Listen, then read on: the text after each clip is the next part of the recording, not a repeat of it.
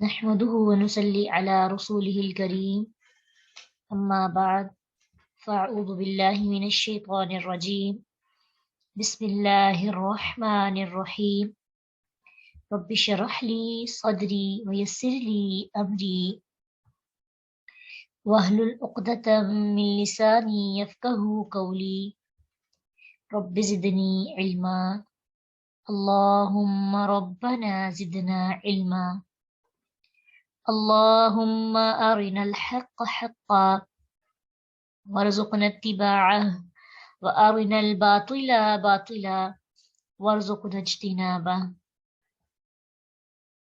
ربنا آتنا في الدنيا حسنة وفي الآخرة حسنة وقنا عذاب النار آمين. وأقسموا بالله جهد أيمانهم لا يبعث الله من يموت بلى وعدا عليه حقا ولكن أكثر الناس لا يعلمون. وَأَقْسَمُوا اور وہ قسمیں کھاتے ہیں باللہ اللہ کی قسمیں. بات یہاں پہ ہو رہی ہے مشرکین کی، کفار کی، مشرکین مکہ کی. اللہ کی قسمیں کھاتے ہیں. قسم حلف کو کہتے ہیں اور یہ اس وقت اٹھائی جاتی ہے جب ٹو پارٹیز ہو جاتی ہیں، کچھ ایک سائڈ پہ کچھ ایک سائڈ پہ، کچھ لوگ صحیح بات کہہ رہے ہیں کچھ غلط کہہ رہے ہیں. اس وقت پھر قسمیں، ہر پارٹی اپنی قسم کے ذریعے یہ یقین دلا رہا ہوتا ہے کہ میں صحیح ہوں. جہدہ پکی، جہد کہتے ہیں عربی لینگویج میں مشقت کو، انتہائی کوشش کو، یعنی پوری کوشش کے ساتھ. جب آپ نے کبھی دیکھا ہوگا کوئی قسم اٹھا رہا ہو تو کیسے اس کے ایکسپریشنز ہوتے ہیں کہ جی میں ہی ٹھیک ہوں، بڑی ایفرٹس کے ساتھ وہ اگلے بندے کو یقین دلا رہا ہوتا ہے. تو وہ اللہ کی پکی قسمیں کھاتے ہیں، یعنی ایسی قسمیں کہ جیسے اللہ کی ذات کے بارے میں ان کے عقیدے کتنے پختہ ہیں. قسم تو انسان اسی کی اٹھاتا ہے نا جس کے بارے میں یقین ہو، اس کی ذات کے بارے میں، اس کی صفات کے بارے میں. ایمان، ایمان جو ہے یمین کی جمع، یہ ایمان نہیں ہوگا، ایمان ہوگا تو پھر یہ ایمان اس کی ٹرانسلیشن کریں گے. ایمان حمزہ کے اوپر الف ہے، الف کے اوپر جو ہے زبر ہے، حمزہ زبر. ایمان کہیں گے، ایمان یمین کی جمع ہے، یمین ان کی، اس کا مطلب ہے قسمیں. اب اس کی دیکھتے ہیں کہ انہوں نے زیادہ سے زیادہ تاکید کے ساتھ انتہائی پکی قسمیں اٹھائیں کہ جو بندہ مر جائے گا اللہ تعالیٰ اس کو دوبارہ زندہ نہیں کریں گے، مرنے کے بعد اس کو دوبارہ زندگی نہیں ملے گی، نہ حساب کتاب ہوگا. اس لیے عذاب کا کیا ڈر، ہمیں کوئی ڈر نہیں. یہاں پہ ہم ایک بات دیکھتے ہیں کہ مشرکین کی عقل پہ تعجب کرنا چاہیے.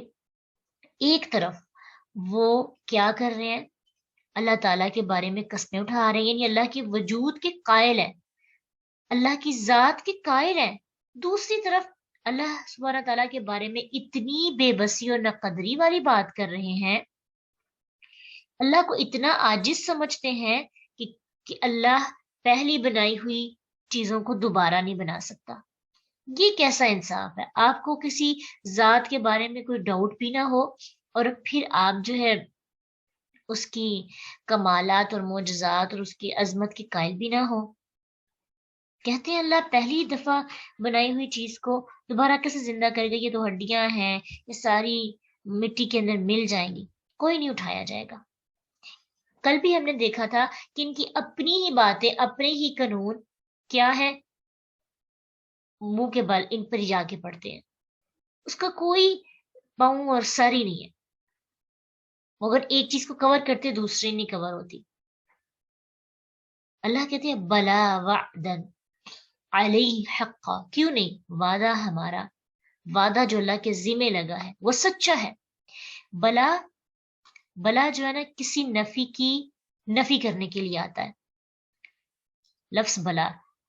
انشاءاللہ اب ہم کچھ ورڈز بھی سیکھیں گے، ہم بڑے ہو رہے ہیں نا تو ہم تھوڑا سا عربی گرامر کو، عربی لینگویج کی کچھ اصطلاحات، کچھ ٹرمز بھی سیکھیں گے جو آنی بھی چاہیے. اس جز میں تو آپ نے شاید 3 سے 4 باتیں سیکھی ہیں اور آپ کا جب یہ پورا ہو جائے گا تو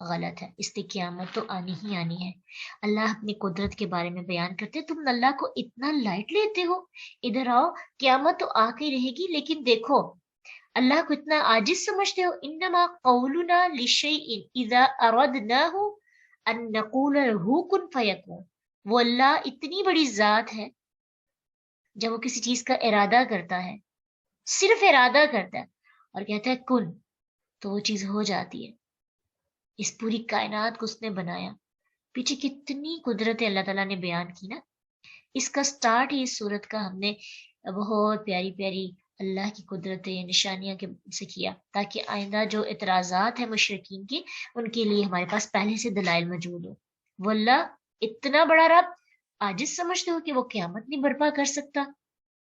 وہ ابھی کہے تو قیامت آ جائے، لیکن وہ ایک نظام کے تحت چل رہا ہے، وہ خود کہتا ہے تو چیزیں ہو جاتی ہیں۔ اس لیے اتنی اتاولا پن کرنے کی اور اپنے اندر جلد بازی مچانے کی ضرورت نہیں۔ یہ ہمارے لیے بھی ایک تسلی ہے۔ ایک طرف تو تردید کی گیا، رد کیا گیا ہے ان لوگوں کا جنہوں نے اعتراض کیا تھا، اس کے علاوہ اس کے اندر ہم لوگوں کے لیے بھی تسلی ہے کہ اللہ سبحانہ تعالیٰ انسان کے کاموں کو کر لیتا ہے، کن کہتا ہے ہو جاتے ہیں، ہمیں تھوڑا سا انتظار کرنا پڑتا ہے۔ ایک اور چیز، کچھ لوگ ہمارے معاشرے کے اندر کہتے ہیں کہ اللہ کلام نہیں کر سکتا، اللہ کا کلام ثابت نہیں، یعنی وہ اللہ کو اللہ کے سننے کے قائل نہیں، اللہ کے بولنے کے قائل نہیں، اللہ کے دیکھنے کے قائل نہیں۔ کہتے ہیں اللہ کے ایسا کیسے ہو سکتا ہے کہ اللہ تعالیٰ کے ہاتھ ہوں، یا اللہ کی زبان ہو، یا اللہ کے کان ہوں، یا اللہ تعالیٰ کی جو ہے آنکھیں ہوں۔ اب ہم یہ تو نہیں کہہ سکتے کہ اللہ کی آنکھیں ہیں انسانوں جیسی، نعوذ باللہ، کیونکہ اللہ سبحانہ تعالیٰ فرماتے ہیں نا لیسا کمثلہ شیء وہو السمیع العلیم، اس کی مثل کوئی چیز نہیں، وہ سب کچھ سننے والا جاننے والا ہے۔ لیکن ہمارا یہ عقیدہ ہے اللہ سنتے بھی ہیں، اللہ کلام بھی کہتے ہیں، موسیٰ علیہ السلام سے اللہ نے کلام کیا، پھر اسی طرح اللہ تعالیٰ جب کسی چیز کو بنانا چاہتے ہیں کن کہتے ہیں، اللہ دیکھتے بھی ہیں، اللہ بولتے بھی ہیں۔ لیکن ہمیں نہیں پتا کہ اللہ تعالیٰ کی یہ تمام چیزیں کیسی ہیں، وہ اس کی شان کے مطابق ہے، وہ کوئی ایسی وہ سسٹم، وہ سارا نظام، یا اللہ تعالیٰ کی تمام جو یہ کام ہے، اللہ کی جو صفات ہے، یہ انسانوں جیسی نہیں۔ اللہ انسانوں جیسی بات نہیں کرتے، اللہ انسانوں جیسا دیکھتے نہیں، اللہ انسانوں جیسا اس کے ہاتھ اور کان، اس کی سماعت، اس کی بصارت اور اس کے کلام کرنے کا سٹائل، یہ اللہ کو پتا ہے، وہ اللہ کی شان کے مطابق ہے۔ لیکن ہمارا عقیدہ ہے کہ اللہ کلام بھی کرتے ہیں، ہم اس کے کلام کے قائل ہیں۔ یہ باتیں شاید کہ آپ کے اوپر سے گزرے، لیکن جب آپ تھوڑے سے ہوں گے فتنوں کے دور کے اندر، بہت سے لوگ جو ہے نا اس بات کے، خاص طور پہ جو یونان کے کافروں کے فلسفے ہیں نا، جن کو اکثر ہم اپنی لیکچرز کے اندر کوٹ بھی کرتے ہیں، وہ لوگ اس چیز کے قائل ہیں کہ اللہ کلام نہیں کر سکتا، نہ سن سکتا ہے، نہ دیکھ سکتا ہے۔ پھر مسلمانوں نے ان سے یہ تمام چیزیں لینا شروع کر دی، تو مسلمانوں نے بھی یہ کانسیپٹس لے کے آنے شروع کی اپنی قرآن کی تفسیر و تشریح کے اندر، تو اس سے پھر میننگس جو ہے بدلتے رہے۔ والذین ہاجروا فی اللہ، اور وہ لوگ جنہوں نے ہجرت کی اللہ کی راہ میں، ہاجروا با مفاعلہ سے ہے، ثلاثی مزید فی، ایک ہوتا ہے ہاجرہ، ہاجیمرا، اس کا مطلب ہوتا ہے ہجرت کرنا، ہاجرہ یہجرو، ہجرہ اور ہاجرہ میں فرق ہے۔ عربی لینگویج کے اندر الف آنے سے، واو آنے سے، شروع میں لام لگنے سے، لاسٹ میں نون سکیلا لگنے سے میننگز میں فرق ہوتے ہیں، مفہوم بدلتا ہے۔ اس سے کیا فائدہ ہوتا ہے؟ ہمیں اندر کی گہری بات سمجھ آتی ہے۔ ایک ہے ہاجرہ، اس نے ہجرت کی، اس کا مطلب ہے ایک بندہ ایک جگہ چھوڑ کے جا رہا ہے، اسے وہ پسند نہیں جگہ، اس کو لگتا ہے اس سے بہتر جگہ اسے مل سکتی ہے، وہ اس جگہ کو چھوڑنے پر مجبور ہو، اپنی مرضی سے جا رہا ہے، اس کو ہم کیا کہیں گے؟ اس کے لیے کون سا لفظ استعمال ہوتا ہے؟ ہاجرہ۔ اوکے، اب ایک ہے لفظ ہاجرہ، ہاجرہ باب مفاعلہ سے ہے، اور آپ جا کے اپنے نوٹس میں بھی چیک کیجیے گا کہ یہ آتا ہے مقابلے کے لیے، ٹھیک ہے، کسی چیز کے مقابلے میں آتا ہے۔ اور اس کا پھر کیا مطلب ہوا، مفہوم کیا ہوا کہ وہ بندہ اس جگہ کو چھوڑنا نہیں چاہ رہا، لیکن اپنے وہاں پہ قوم کی طرف سے مزاحمت اور ہاجرہ کا کیا میننگ ہوگا؟ کہ وہ بندہ خود اس جگہ کو چھوڑ کے جانا نہیں چاہ رہا، مقابلے میں ہے، وہ کسی کے خود راضی نہیں ہے، لیکن قوم والوں نے اسے اتنا مجبور کر دیا ہے کہ اسے مجبوراً جانا پڑا ہے۔ عربی زبان کی تھوڑی سی خوبصورتی آپ کو پتہ چلی کہ ایک الف کے اضافے سے مفہوم کیسے بدل جاتے ہیں، ٹھیک ہے؟ تو یہ چیزیں انشاءاللہ ہم تھوڑی تھوڑی ساتھ ساتھ لے چلیں گے۔ ہم نے کوئی ڈگری پاس نہیں کرنی، نہیں ہم نے کوئی سرٹیفکیٹ لینا ہے جی ہمیں اچھی خاصی عربی گرامر آنی چاہیے۔ جب آپ ذہن میں صرف ایک چیز رکھیں گے، مجھے قرآن سمجھ آنا چاہیے، میں قرآن سے ڈائریکٹ بات کر سکوں، قرآن کے اندر چھپے ہیرے جوہرات کو تلاش کر سکوں، اس کے لیے یہ جو چھوٹے چھوٹے قواعد ہیں نا، یہ بس اپنے مائنڈ میں رکھنے ہیں انشاءاللہ۔ ہم نا ہر جز میں ایک ٹارگٹ سیٹ کریں گے کہ اس جز میں ہمارے اندر اس کی تھوڑی سی تبدیلی آئے۔ اس دفعہ ہم نے 2 ٹارگٹ رکھے ہیں، تھوڑا سا گرامیٹیکل چیزیں دیکھنی ہیں تھوڑی تھوڑی سی۔ اگر پورے جز کے اندر ہم 10 سے 5 چیزیں بھی 5 سے 10 چیزیں سیکھ لیتے ہیں، ایون کہ آپ نے گرامر نہیں بھی پڑھی، وہ تو انشاءاللہ ہم شروع کریں گے بہت جلد، تو وہ 5-10 چیزیں آپ کو کوئی نہ کوئی پورے قرآن کے اندر اس سے آپ کو فائدہ ہوگا۔ ٹاسک چھوٹے لینے ہیں اور کوشش کرنی ہے کہ دل تک باتیں جائے۔ دوسرا ٹارگٹ ہم نے تلاوت کا رکھا ہے انشاءاللہ۔ اس دفعہ جب ہم اپنے ایگزامس دیں، ہم نے اپنے آپ کو دیکھنا ہے کہ ہم ان دونوں چیزوں کے اندر تھوڑا سا پہلے سے بہتر ہوئے کہ نہیں۔ اسی طرح آہستہ آہستہ اللہ تعالیٰ ہم پہ رحمتیں کریں گے، ہم آگے بڑھتے جائیں گے۔ پہلے تو مقصد تھا کہ قرآن کو جلدی کمپلیٹ کیا جائے، لیکن یقین مانے قرآن کو چھوڑ جلدی مکمل کرنے کو دل نہیں کرتا، دل چاہتا ہے کہ اس کے ساتھ وقت گزرے، وقت چاہے زیادہ ہو لیکن جو ہے، جو بات ہے، پتہ نہیں دوبارہ پڑھنے کا موقع ملے کہ نہ ملے، تو جہاں سے گزر رہے ہیں نا اس خوبصورتی کو دھیان سے دیکھ لیا جائے، آنکھوں میں فٹ کر لیا جائے، تاکہ اکیلے بیٹھ کے اسے محظوظ ہو سکے انشاءاللہ۔ اور الحمد للہ اسٹوڈنٹس بھی اللہ نے اتنے خوبصورت دیے ہیں کہ جن کو جلد بازی نہیں ہے، وہ تو قرآن کے ساتھ ہمیشہ رہنا چاہتے ہیں، تو جیسی ہماری نیت ہوتی ہے اللہ ہمیں ویسے لوگوں کے ساتھ ملا دیتے ہیں۔ یہ بھی اللہ کی بہت بڑی رحمت ہے، کسی نے آج تک یہ نہیں کہا کہ ہمیں جلدی کرنا ہے کمپلیٹ، الحمد للہ۔ تو یہ ایک چھوٹا سا فرق ہے، اس کو دیکھتے ہیں کہ جو لوگ مکہ میں رہتے تھے وہ ہجرت اپنی مرضی سے نہیں کر کے جا رہے تھے۔ آپ خود سوچیں مکہ جیسا اتنا خوبصورت شہر، کیا اس کو چھوڑنے کو دل کرتا ہوگا جہاں پہ اللہ کا گھر ہے؟ کیا وہ خوشی سے جا رہے تھے؟ بالکل بھی نہیں تھا نا۔ اللہ کی توحید اور قیامت پہ ایمان والوں لانے والوں کا توحید اور قیامت کے منکروں کے ساتھ خوشی سے مل جل کر رہنا ممکن ہی نہیں تھا وہاں پہ، خصوصاً جب اہل ایمان کی تعداد اور قوت کمزور تھی تو ان کو اپنے خوبصورت وطن بیت اللہ کو چھوڑ کر جانا پڑا۔ ان کے چھوڑنے کی 2 وجوہات تھی۔ ایک وجہ تو یہ تھی کہ وہاں پہ رہنے والے ان پر بہت ظلم کرتے تھے، ما ظلموا۔ دوسری وجہ یہ تھی کہ اللہ کے دین پر عمل کرنا اس وطن میں رہ کر ممکن نہیں تھا ان کے لیے، تو انہوں نے گھر بار، قبیلے، جائیداد، ہر چیز کو اللہ کی خاطر چھوڑ دیا۔ اب یہاں پہ اگر صرف ہاجرہ ہوتا تو لفظ کی اتنی چیز سمجھ نہیں آنی، اور پھر اگلی بات کی بھی نہیں تھی سمجھ آنی۔ انہوں نے ظلم سے بچنے کے لیے اور اللہ کے دین پر عمل کرنے کے لیے ایک جگہ کو چھوڑ کر ایسی جگہ کا انتخاب کیا جہاں پہ وہ رہ کر اسلام پہ عمل کر سکے۔ لالچ کیا ہے اللہ ہماری نمازیں ڈسٹرب نہ ہو۔ آج ہمیں کتنی آسانی سے نمازوں کا وقت ملتا ہے، وہ سوچو اس وقت نماز پڑھنا کتنا بڑا جرم تھا، نبی صلی اللہ علیہ وسلم کے ساتھ کتنی زیادتی کی جاتی تھی، وہ نماز پڑھتے ان کو تنگ کیا جاتا۔ کتنی آسان ہو گئی ہے ہمارے لیے چیزیں اور ہم اس کی قدر نہیں کرتے۔ اپنے دین پر عمل کرنے کے لیے انہوں نے اپنا گھر بار، جائیداد، بیوی، بچے، ماں باپ، ہر چیز چھوڑ دی صرف اللہ کی رضا کے لیے۔ یہ کوئی چھوٹا کام نہیں ہے، اس کو محسوس کریں، بہت مشکل کام ہے۔ ہم اپنے بستر پہ جہاں سوتے ہیں نا، اگر ہم کسی کے گھر چلے جائیں دوسرے بستر پہ نیند نہیں آتی،